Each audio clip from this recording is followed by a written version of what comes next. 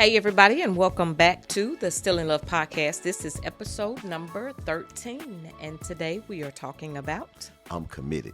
I'm committed. Part 2. I think this is going to be a blessing as we talk about commitment in life, commitment in marriage.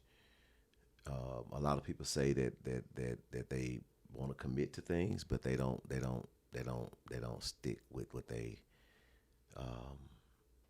say they want to commit to. And so you have commitment is serious. Jesus said, I want to read this scripture that's really important in Luke chapter 14, verse 27 through 29.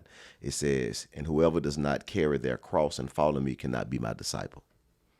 Then Jesus goes on to say, suppose one of you wants to build a tower. Won't you first sit down and estimate the cost to see if you have enough money to complete it? For if you lay the foundation and are not able to finish it, everyone who sees it will ridicule you. And it's about commitment, committing to that, to being a disciple. He said, you got to count up the cost before following me. If you're going to be my disciple, you got to pick up your cross, deny yourself, and follow after me. And I think that same principle applies to life, and particularly to marriage. A lot of people want the marriage, but they don't want to do what it takes to have an effective or to have a kingdom marriage. And people commit to the outcome, but not to the process. And what's important in marriage and life and in anything for that matter is not only committing to the outcome, but committing to the process. You can commit to the outcome, but if you abort the process, then the outcome won't be what you're looking for it to be. So I hear a lot of people talking, about, I want this, I want that, or I want this type of marriage. Yeah, you want this type of marriage, and it sounds good. That's the outcome. You want your marriage to look like this, but what is the process? How do you get to that? And so part of the process is building in systems and to where you're communicating, to where you're seeing each other, to where you're, dating each other, to where you're understanding each other, to where you're investing in each other. So marrying the process rather than only marrying the outcome. And I think sometimes people don't think about that. It's easier, and I shared this. It's so much easier to, in working out, you want the outcome. I'm committed to the outcome, but I'm not committed to the process. I want to lose weight, but what is the process to losing weight? I want to win a championship in sports, but what's the process to win the championship? And people have a difficult time of committing. It's a saying that goes like this. Commitment is doing the thing that you said that you would do long after the feeling in which you said it is left. So when the feeling goes, sometimes the commitment goes. I started off on this journey, and because I was feeling like completing this task, and now I don't feel like it anymore, so I stop it. I started off being faithful in my relationship, and because I felt like being faithful, and once the feeling of being faithful left, I stopped being faithful. And so it's important in marriage that you don't commit to the outcome, but to the process. And feelings will change. You can feel like being faithful and you feel like not being faithful, but commitment says, regardless of how you feel, you're going to do that thing. I don't care how I feel. I don't care if I feel like working out or not, I'm working out. I don't care if I feel like eating right or not, I'm eating right. I don't care if I feel like being faithful or not, I'm being faithful. So that has to be the mindset. When people pursue a task, it doesn't matter how I feel. Commitment over feelings. In marriage, commitment over feelings. Well, I don't like my spouse. Are you committed to your? Yes. So it doesn't matter how I'm feeling. And I think sometimes we get it wrong. I shared this about the three reasons that people don't commit. Number one is perfectionism. Perfectionism. People have this, idea of perfect, and sometimes you don't start anything because the conditions are not perfect. So I'm not gonna say I'm gonna do anything. I'm not gonna start anything because I don't really do that unless the conditions are perfect. So that's a reason that people don't commit, and that leads to procrastination. And procrastination is you putting off, something that you can do today, and you put it off. And when you procrastinate, it not only tarnish your reputation with other people, it hurt you as well, and it hurt your esteem when you procrastinate because you don't do what you say you're gonna do. This is what I'm gonna do in my marriage. This is what I'm gonna do in my relationship. This is what I'm gonna do in my situation. This is what I'm gonna do in my job. And when you don't do those things that you say you're gonna do, it tarnishes your reputation, and it also takes withdrawal from your own self in marriage. So it's procrastination. It's a lack of faith. This is good. The lack of faith. Lack of faith. Listen, generally inability to keep commitments due to a history of failures. So all three are bound to each other. Listen, the more you fail, the less committed you become. If you're less committed, you have less faith. If you don't have faith in what you're doing, every non-perfect condition can break your resolution. And so it's all working together, with each other. And I didn't know this until I studied, but when you say you're going to do something and you don't do it, it sends a message to your brain the next time that you're getting ready to do something, and it tells you that you're not going to follow through with it. So the more you don't follow through on one commitment, the more it increases your chances on following through on other commitments. And so sometimes people want to know, and they're trying to figure out why they don't really commit. It's because you broke commitments to yourself, and it hurts your reputation with others, and also hurts your feeling about yourself. I think that is absolutely true. You can see that in any part of your life, but as it relates to relationships, it's so true. Even the commitments that you set out, even as a couple, you've made commitments. You've made you've put intentional focus on certain things, and when the feeling, because you do it in a moment, when you're feeling good, you do it in a moment when you are liking each other, you do it in a moment when you are, supposedly, the ooey, the good feelings. But when you feel the opposite, you want to walk away from the commitments that you made. And can't do it. Commitment means regardless of how I feel, I'm going to follow through with it. Yeah. How do you do that? Like, how do you do that? Like the ooey feelings is, we just did a marriage retreat, which was on point. And I think, some of the couples are listening in now, or even if they weren't there, because that's difficult. It's difficult for us. It's difficult for humans, for people, period. But how, we did a luau on Friday night, and on Saturday night we had an all-white vow renewal, which was amazing. And you could see people reconnecting, and you could see the healing that took place in marriage. How do they keep their fire burning? Because they recommitted, and everything was all good, and you saw so many people coming up being honest with themselves and being honest with their spouse, saying, I take the blame. It's my fault. I've been looking at you. I've been blaming you, but it's been on me. So in that moment that said, you communicate like, gosh, I can't believe we let it get this bad. We renew our vows, and then next week happens. 2 days happen, from then happens. And how do you keep that fire burning? Maybe the answer is not necessarily in keeping the fire burning, but just staying focused on the commitment that you made, because you can't spend all of your time trying to keep this. And I know that is terminology that we use, so I'm not knocking it at all, but maybe the focus doesn't need to be on the fire per se, keeping that burning. And I know that is the work, so I understand that, but just remembering, and also knowing that the commitment that you made has very little to do with the other person on the other end.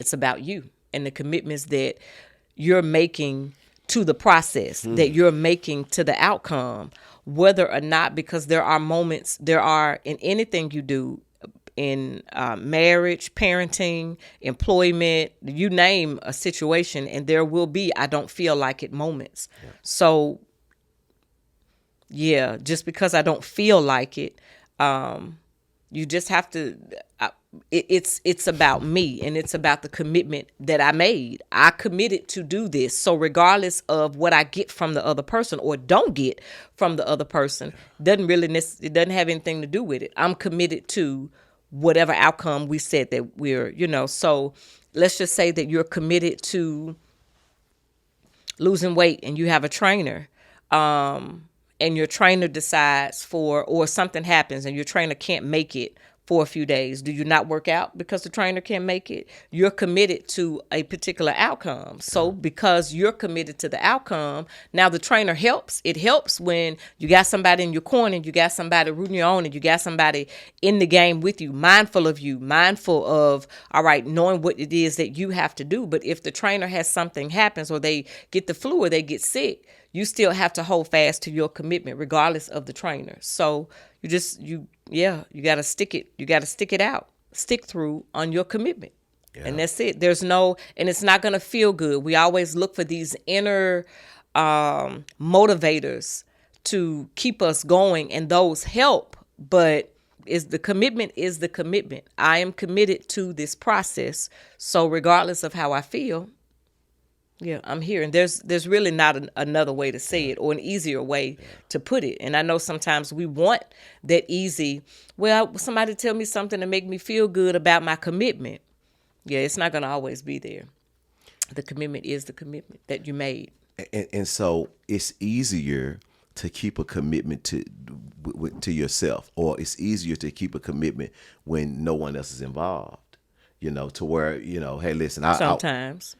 Yeah, and here's the point. I think it's more difficult to keep a commitment in a marriage when, hey, you determine, or not you determine, but you can allow the other person to determine your commitment level.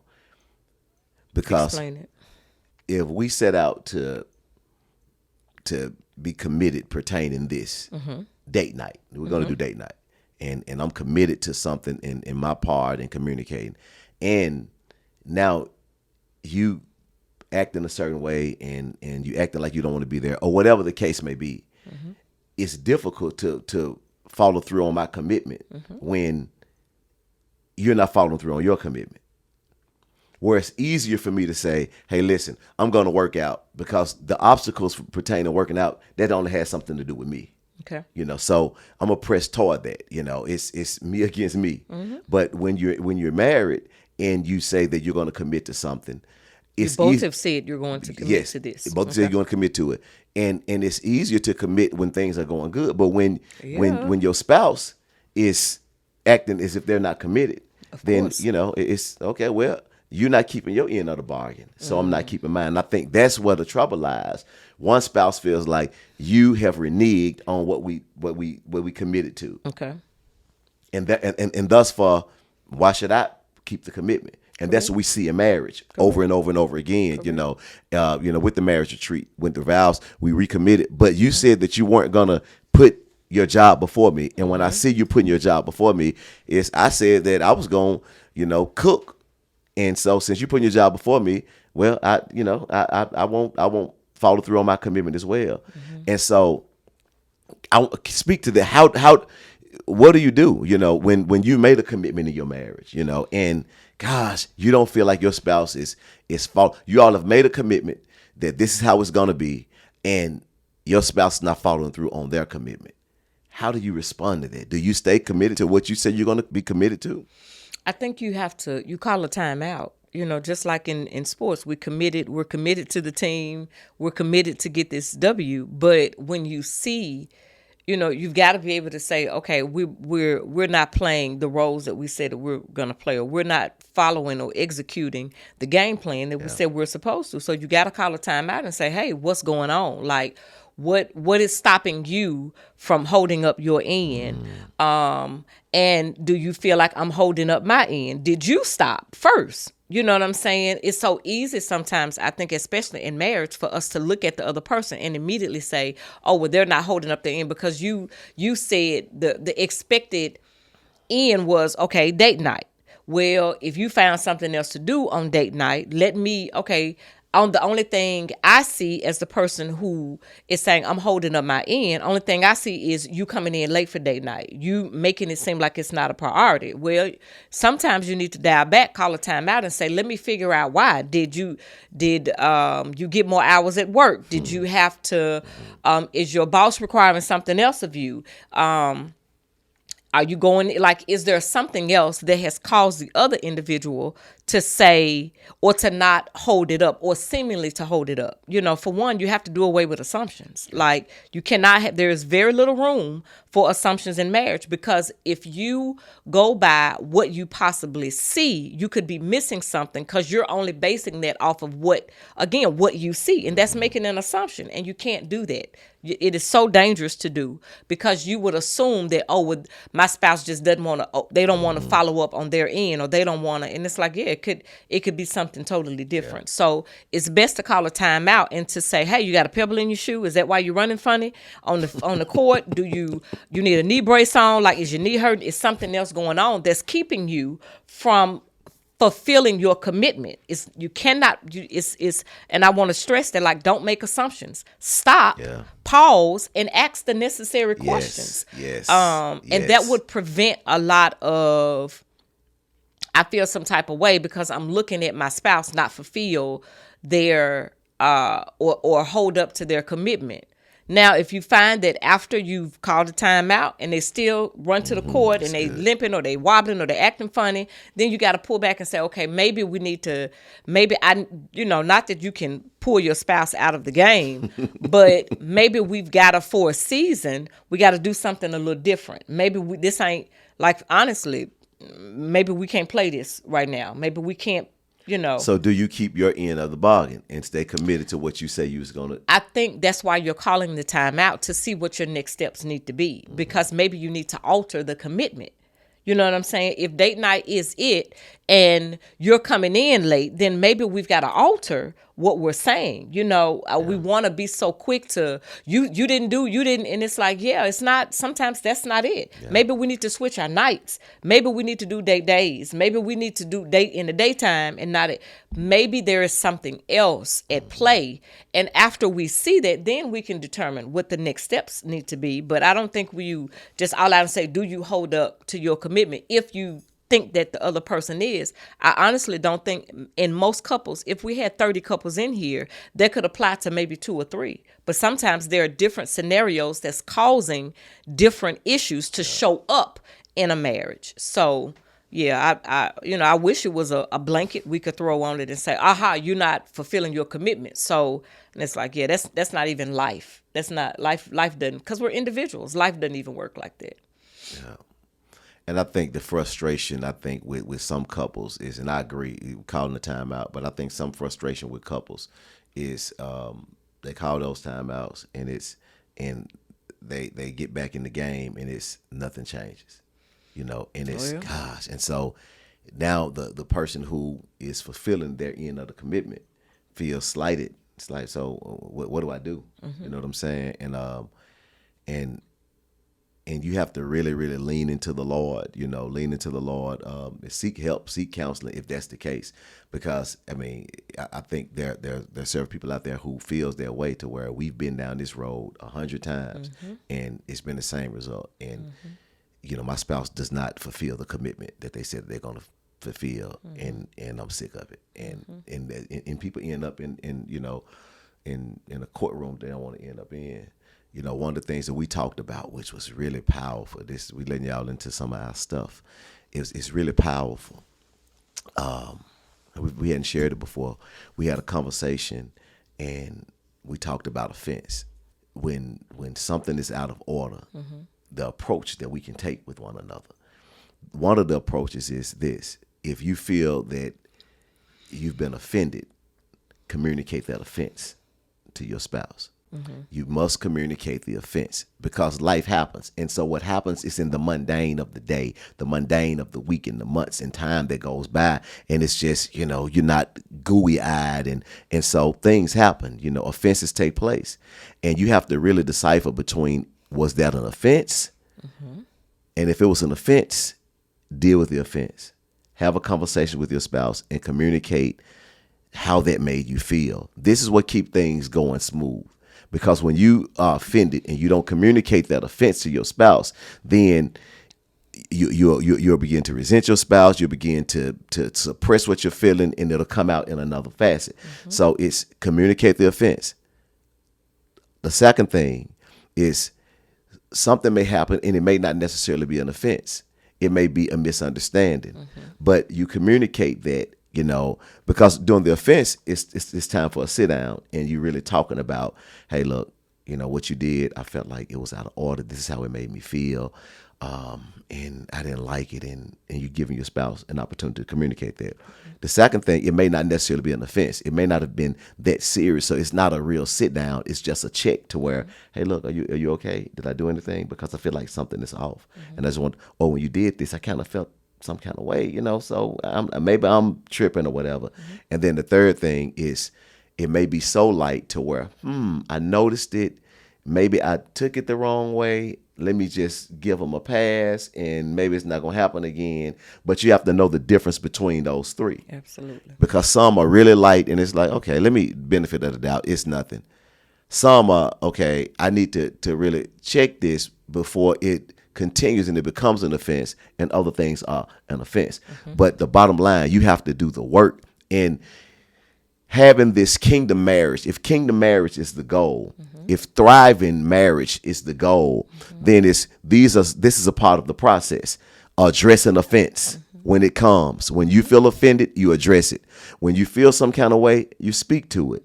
And when it's something like minute, you let it ride and you keep moving.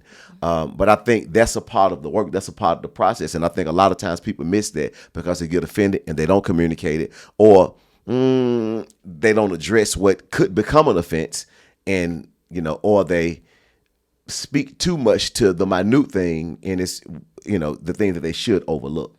And that's work.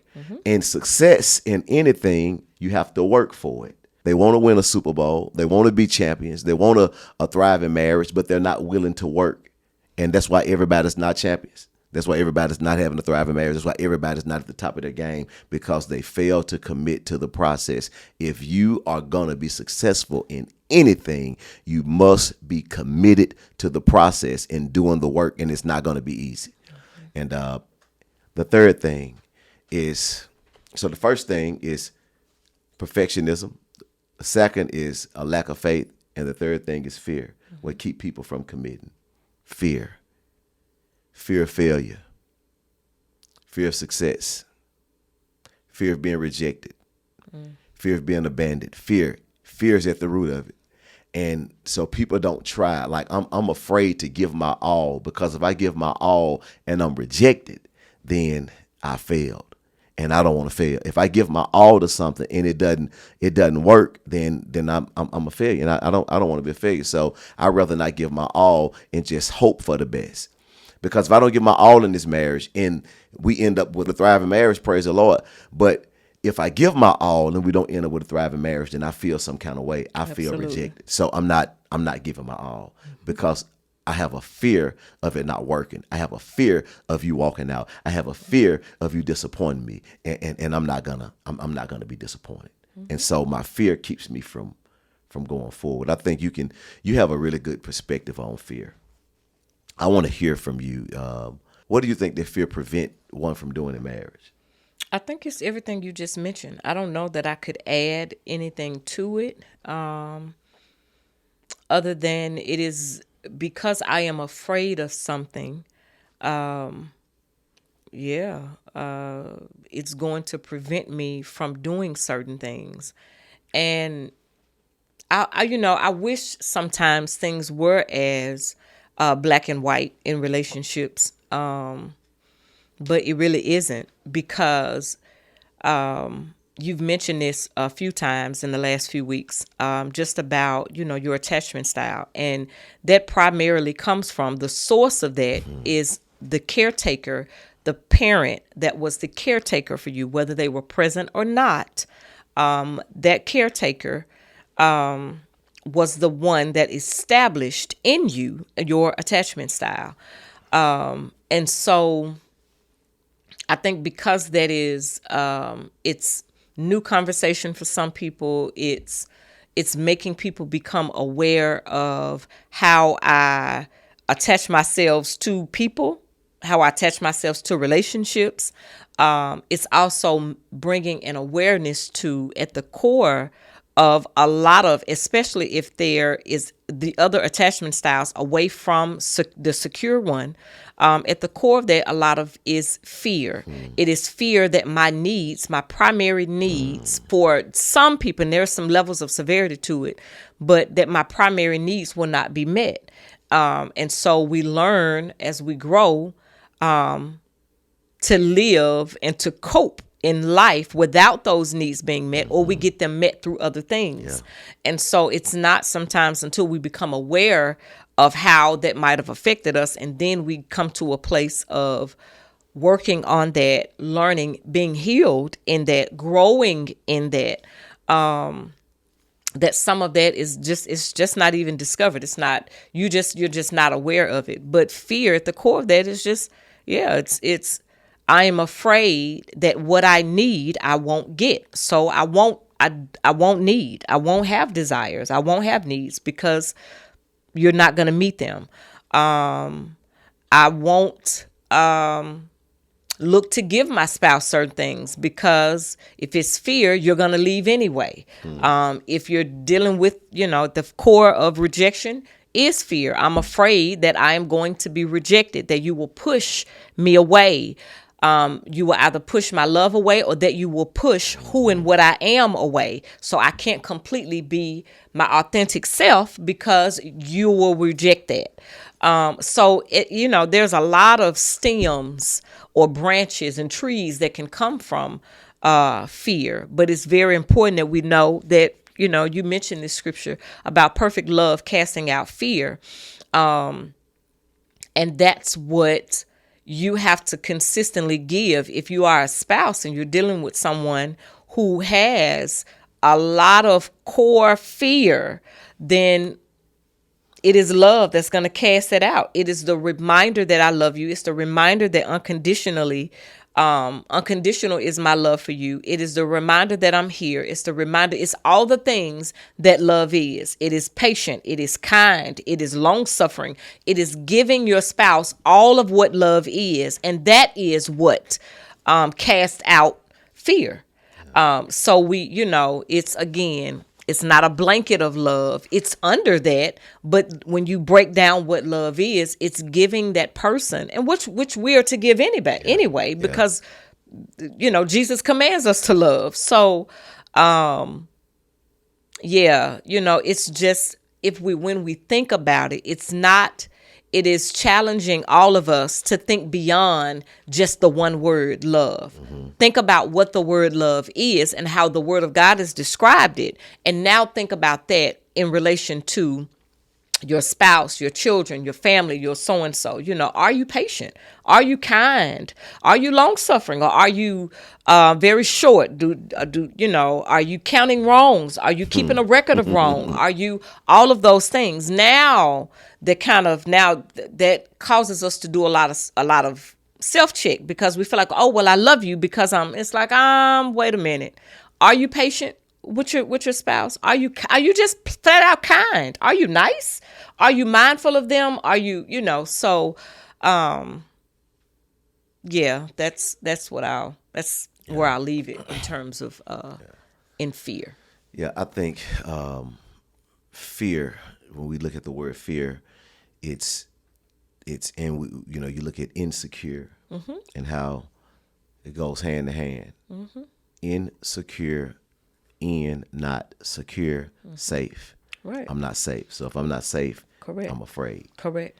And so, sometimes we throw this word around, insecure, you just insecure. But it's like, no, it's not a dirty word. It's we all have insecurities, and some have more than others. And you brought up what we've been talking about the last couple of weeks about the insecure attachment styles. And I think that's so important because there's one secure attachment style and the other insecure attachment styles. And so the insecure attachment styles from the caregiver and not being safe. So it's that fear that's been instilled at an early age, and it doesn't go anywhere until you are delivered out of that. Correct. And so now what happens, you end up married, and those things are not really dealt with. Now you're bringing your insecurities into the marriage. And so you're bringing your fears into the marriage because of what took place in your childhood. And so here's the fears, here are the insecurities in your marriage. And so many marriages have been compromised and challenged because people didn't know what the root of it was, and it's a fear. I fear that you're going to cheat on me.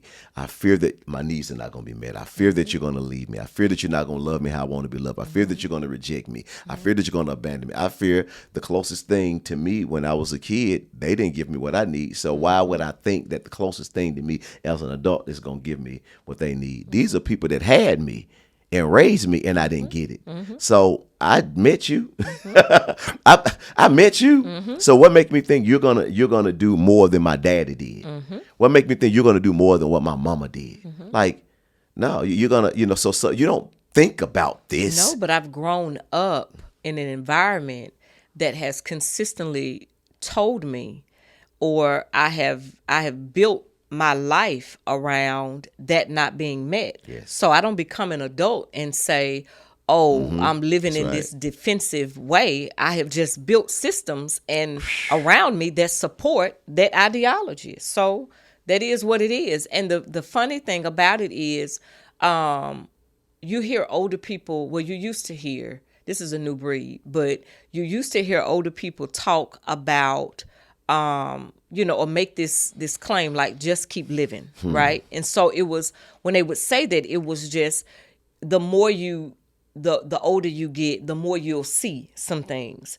And that can be attributed again to any relationship until you become, some things don't challenge you until you become a parent. Yes. Some parts of you will not be challenged. Some parts of you won't be exposed until that part of you is needed. Some things you won't know about yourself. That's why it is good to do your due diligence pre-marriage. It is absolutely necessary to do it. Work on all the insecurities that you can. But there will be some that arise in marriage that you were not aware of because that part of you had not been tested. That part of you had not been challenged before.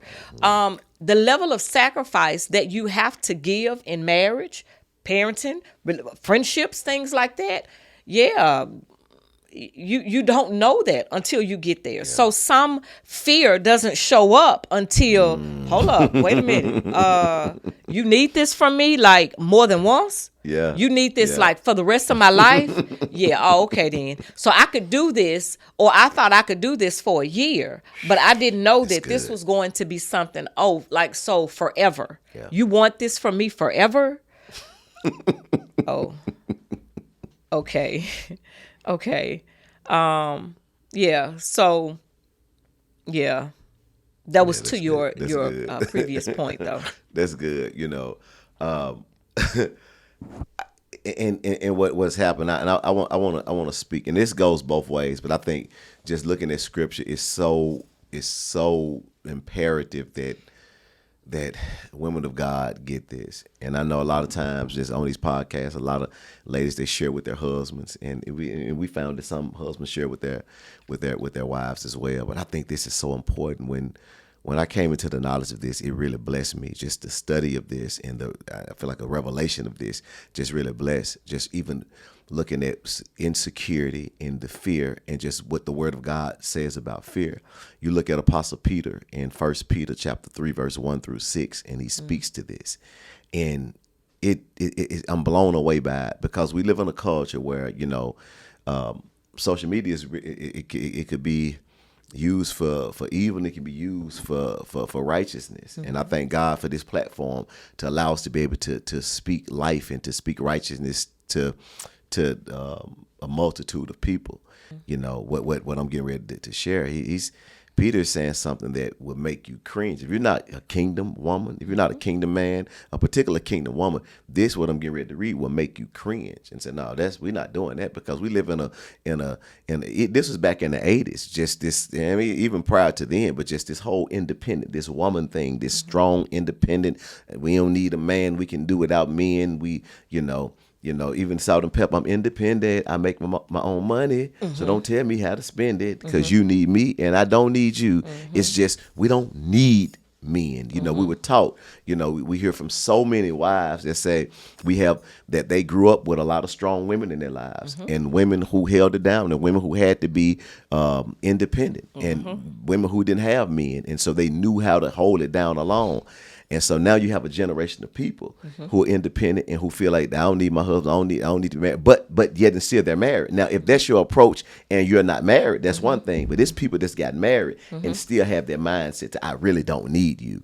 And that's where a lot of times problem lies. And I think this is going to really bless kingdom couples, and really it gets to the root of a lot of concerns that's in marriage. It comes from 1 Peter chapter 3. Wives, in the same way, submit yourselves to your own husbands, so that if any of them do not believe the word, they may be won over without words by the behavior of their wives. So it's important to understand that your behavior wins him over. He pays attention, not your words, not your attitude, your behavior, it wins him over. When they see the purity and reverence of your lives, like, man. So because we've been taught manipulation is going to get me what I want. We've been taught the silent treatment is going to get me what I want. We've been taught withholding from him is going to get me what I want. We've been taught talking him out of something is going to give me what I want. When this is what the word of God says, when they see the purity and reverence of your lives, your beauty should not come from outward adornments such as elaborate hairstyles or wearing of gold, jewelry, or fine clothes. Rather, it should be that of your inner self. Rather, it should be that of your inner self. Are you focused on your inner self? The unfading beauty of a gentle and quiet spirit. The unfading beauty of a gentle and quiet spirit. And I think that's what we see so much today. We see that a lot of kingdom women are not gentle and quiet. They don't have a gentle and quiet spirit. And this is what moves their husband. But not only their husband, look at the description.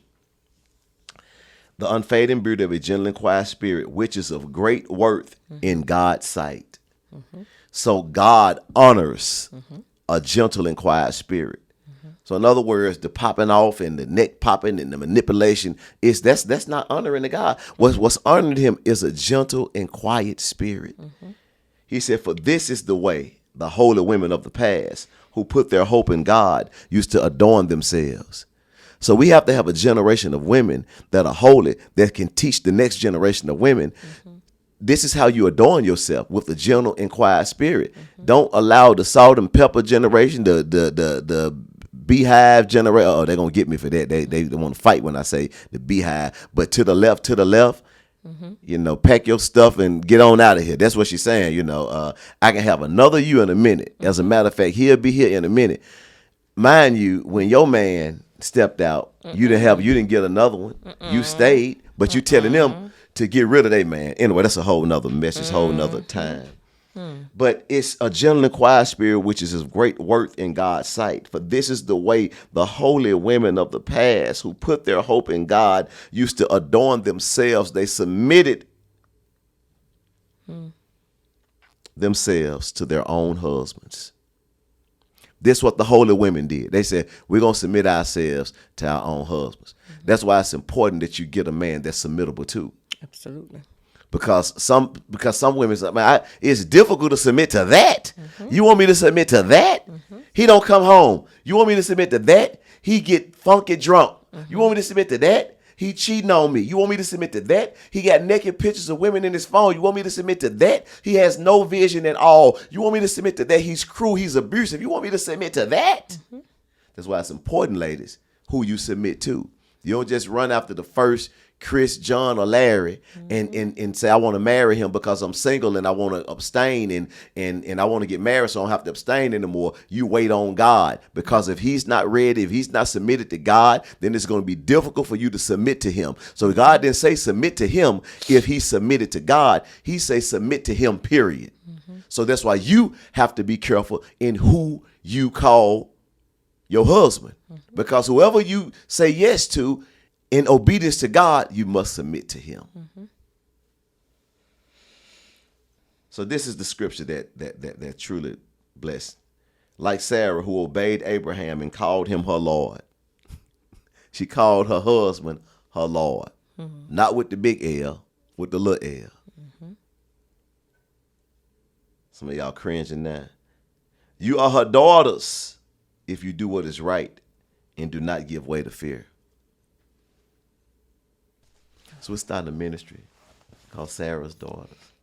And it's where women will come together and receive wisdom from a wise woman and from other wise women to really be and get what they need from the Lord and how to be a wise woman, whether you're single or whether you're married. Because I think oftentimes we're missing that because sometimes it wasn't given to them. They never saw it. They never saw it in their mom. They never saw it in their grandmoms. They never saw it in their aunties and in their environments and their cousins. They hadn't seen it. And so it's not any fault of their own. They don't have it, but it's them being exposed to it consistently and seeing what wisdom looks like. And so Sarah said, you are her daughters if you do what is right and do not give way to fear. So what happens is you see so many sisters who have not dealt with their insecurities and they get married. And so a lot of symptoms of insecurities in marriage, and a symptom of insecurity in marriage is, or these are some symptoms, rejection, defensiveness, envy, and jealousy, fear of abandonment. So these are some things, controlling. These are some symptoms that there's some insecurities that's taking place. So now insecurity is taking place. So that means that fear is taking place because fear and insecurity is the same. I'm insecure because of my fear. I'm unsafe. So because of what has happened, because of what didn't happen, because of what was not given to me, I feel unsafe. So now I'm in a marriage and I'm in my marriage with my husband. I've been married to for 17 years, but I still feel unsafe. And in some cases, it's the husband's fault. The reason that she feel unsafe because you're not doing what you're supposed to do. And in other instances, it's not his fault. He's doing what he's supposed to do. It's her own insecurities, and she won't trust anybody. And so this is what's brought to marriage. And so it's so much conflict because now this is where control comes from. You want to control everything because of your insecurities, because you didn't have control when you were young. And so now you're at an age to where you can have control and you want to control everything around you. Insecurity, unsafe, rejection. You're rejecting him. You're rejected, so you're rejecting him. Insecurity. I need to reject. I'm rejecting because I don't. I have to reject. I can't reject. I was rejected, and I don't know anything else but rejection. Or being clingy. I'm clinging because of my attachment style, because of what happened in the inconsistency in my childhood. And so now I'm clingy to my spouse. And so all of these different things, they're symptoms of insecurity. And so these things are taking place in marriage, and husbands are saying, or kingdom husbands are saying, my God, it's difficult for me to deal with this. It's difficult for me to deal with control. I got it, but she got it. I'm leading, and it's difficult to lead her because she has the answer. It's difficult for her to cooperate. And so I'm sitting here thinking, like what? This is what she wanted. This is what she prayed for. And everything that she wanted, everything she prayed for, she got most of it, but she pushes it away.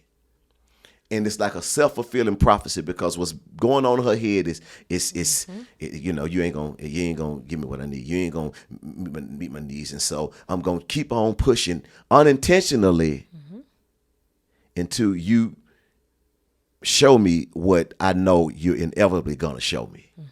And he's saying, I'm not gonna show you anything but what you've been seeing for the last 17 years. And what's at the root of it is fear. And I was wondering, why did Peter talk about Sarah and talk about and you're her daughters if you do what's right and don't give way to fear? And it's and don't give way to your insecurities. You have to do something about that. He talks about marriage, and then he talks about you her daughters if you don't give way to fear. This is what has tarnished so many marriages and have kept marriages in the striving state or the trying state rather than the thriving state because of fear. I can't give everything. You have people that are married to people who have their guards up. These brothers are, and it's sisters as well, but I'm married to her, but her guards are up and she won't let me in. And I've proven to her that I'm safe, that I'm a safe place, but she won't let me in. And it's nothing I can knock, but I can't get in. And so what do you think happens in that marriage? He gets tired, he gets burnt out, he becomes apathetic, he becomes, he doesn't give all that he know. And so and the marriage can take a turn. And so it's what Peter is saying, you Sarah's daughters, if you do what's right, don't give way to fear. Now, who is Sarah? Sarah was a woman who followed her husband. She followed her husband from to Haran. And when she followed them from to Haran, she didn't ask him questions. She just followed. He said, let's go. And she followed. And when they were in Haran, there was a famine in Haran. They left Haran. They went to Canaan. And she followed them to Canaan. She followed him, and he didn't have clear direction. God said, I'm going to take you God told Abram to go to a land that he was going to show him. So when he was communicating with his wife, he didn't have the clear vision. He just, look, God has spoken and we're going to go. Well, where we go with? She didn't have to have all the answers. It was what you say, look, if you heard from God, then this is what we're going to do. And so she followed him. And listen, Sarai was not an unflawed woman. She was a flawed woman. God gave them a promise and told them that I'm going to bless you with a child, and the child, through him, all nations on earth are going to be blessed through him. Now, she was older, and Abram was older, but this was years prior to them having a child.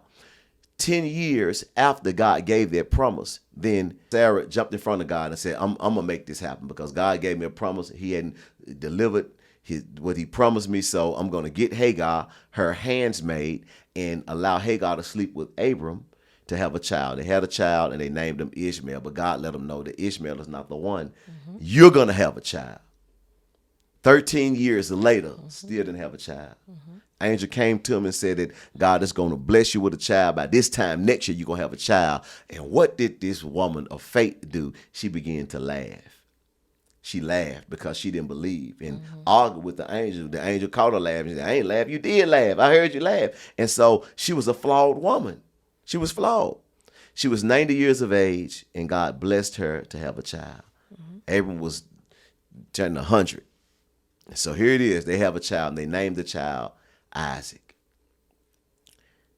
The woman followed her husband. She called her husband Lord. She was flawed, but she was faithful.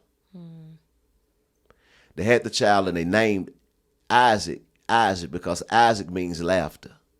She's so significant that her name is listed in Hebrews chapter 11, where the hall of faith, where people that was faithful to God, name is listed. And she was the first woman that was listed there. God changed her name. The first woman in the Bible, or the only woman in the Bible, whose name was changed. No other woman in the Bible, he only changed men's name, and Sarah was the only woman. He changed her name from Sarai, which means princess, to Sarah, which means mother of nations. She laughed first in anguish because she could not have a child. Then she named her child Isaac, which means laughter. And she said, everybody who hear this story is going to laugh with me. So the laugh of anguish became the laugh of joy. And God said that this is the woman. You're her daughters if you do what's right and don't give way to fear. And so it's not about you trying to be perfect and trying to be all of that and dot every I and cross every T. It's about you being faithful to God and saying, God, because look at what Peter said. Peter said that doing what's right and not giving way to fear. So in other words, it's your fear that has caused turmoil in your marriage. It's your insecurities. It's your fear that prevented you from giving your all in marriage. It's your fear that kept you paralyzed. It's your fear that kept you stuck. It's your fear that caused you not really just giving your full version of yourself to this marriage and to your kids. So your fear. So he was emphasizing, listen, you're her daughters if you don't give way to fear. Ladies, some of your husbands are really struggling. I want you to hear this. They're struggling. They're saying that I'm him. It's a statement that people say. They say it a lot of times in sports. They say, I'm him. That means that I'm that guy that, I'm not going to duck you. I'm not going to run from you. I'm not going to hide. I'm present in the moment. I'm him. When you ask me to correct something, I'm going to work on correcting it. I'm going to provide for you. I'm going to protect you. I'm going to hear you. When I need to make any type of adjustments, I'm going to make those adjustments because I'm him. And some of you are married to him. You are married to him. And when you are married to him, then you got to make sure that you being her. You got to make sure that you're being her and working on yourself. and saying, you know what, I got some issues, I got some problems, and yes, he got some as well, but I'm not pointing the finger at him. It is about me, because I've still been holding on to my insecurities. I've still and I've stopped working on myself. I've stopped working on me. So I brought my fears, I brought my insecurities, I brought my control, I brought my independence, I brought my fear of success, I brought my fear of failure. I brought all of my fears into this marriage, and it's not working out how I feel that it should work out. And I've been sabotaging this thing. Not because I've been intentionally trying to sabotage it, but I've been sabotaging it because I've been sabotaging my own self. See, the husband is not the only problem. You've been sabotaging your own self and not giving your best to everything that you're a part of. And God called you to give your best, but you've been allowing fear to prevent you from giving your everything. You've been trying to control it and play the role of God when he hadn't called you to play the role of God. He's called you to play the role of a servant and allow him to be your God and allow him to heal you. You got to allow God to heal you. You have to, there's a generation of people, a generation of women who's entered into marriage that are fearful and that's holding on to their fear because I can handle me and I know I can handle me and I'm safe with me. But when I have to give myself to someone else, I don't feel as safe. And here's the thing, when you are fearful and feeling unsafe and you won't let go with your husband, there's a great indication that you're not completely letting go with God. If there's a wall up with your spouse, there's a wall up with God. You cannot be submitted to God and unsubmitted to your husband, because it's God who say submit to him. So how can you say, yeah, God, I'm submitted to you, and you gave me some instructions, but I'm not going to do what you told me to do? So are you really submitted to God? Look at First John. This is such a blessing. But First John chapter 4, verse 18. You just mentioned this, Tori. It says, there is no fear in love, but perfect love drives out fear, because fear has to do with punishment. The one who fears is not made perfect in love. You've not been made perfect in love because of the fear. You hadn't received love perfectly from God. You hadn't viewed yourself how God really viewed you. You hadn't given yourself truly up to God. Sarah, I trusted him. I'm going to trust you. I'm going to trust my husband. I'm going to let it go. You said that I'm going to bear him in an old age, and I'm just going to let it go and believe that. The key to overcoming fear is total and complete trust in God. The 3 Hebrew boys, complete and total trust in God. Daniel in the lion's den, complete, total trust in God. Joseph in prison, complete and total trust in God. You're holding on and you're not giving your all, and it's showing that you're not having complete, total trust in God. And when you don't have complete and total trust in God, regardless of where that comes from, you can't give your all to a marriage. And you can't be truly committed to marriage because you're not truly committed to God. Fear is not consistent with love. Fear is not consistent with love. But perfect love drives out fear. Receiving his perfect love, giving perfect love, it drives out fear. When I know how he loves me, his love for me is real, who I am in him being enough, I'm not fearful. I'm not fearful. Because his perfect love has driven out fear. So maybe it's been my fear that's been preventing me from giving my everything. I told the ladies this, you owe you an apology. You owe your spouse an apology, but you owe you an apology. Because you hadn't brought your A game. You've been doing good. You brought your B plus game, but you hadn't brought your A game. Because you can't bring your A game playing scared. And some of us have done this. Rather than playing to win, you play not to lose. You can't play not to lose and be successful in anything just enough to win. You can't play that in the kingdom. That's why he says that you got to deny yourself, pick up your cross, and follow him. You got to give up everything. In order to gain your life, you must lose your life. And some of us hadn't lost our lives. You're still holding on to your life. You're still holding on to your past. You're still holding on to your insecurities. And as long as you hold on to your insecurities, into your past, and into your life, you can't gain life. So you can't gain life abundantly. You can't gain abundant life, an abundant marriage, because you're still holding on to your fears. Let it go and trust. It's not going to hurt any less if you trust him and he hurts you than if you don't trust him and he hurts you. And I know because if I didn't really have an expectation, then it's not gonna hurt as bad. It's gonna hurt the same. Let go. Let God have his way. Overcome your fears. And remember, you are Sarah's daughters. When you don't give way to fear. Don't give way to fear. Don't let it destroy your life. Don't let it paralyze you. Don't let it cripple you. Don't let it keep you at this place. And people around you are not getting everything that they need because you're holding on to what you don't need. On Sunday we did an altar call, and we asked the congregants to check themselves into rehab, who was being overcome with fear and giving way to fear, and overcome with amazement. Because what fear does is it creates anxiety, it creates stress, and it creates overwhelm. And there's so many people dealing with stress, with anxiety and overwhelm, but they really didn't know where it came from. But it comes from fear. And we had people to check themselves into rehab and say, listen, I'm in rehab.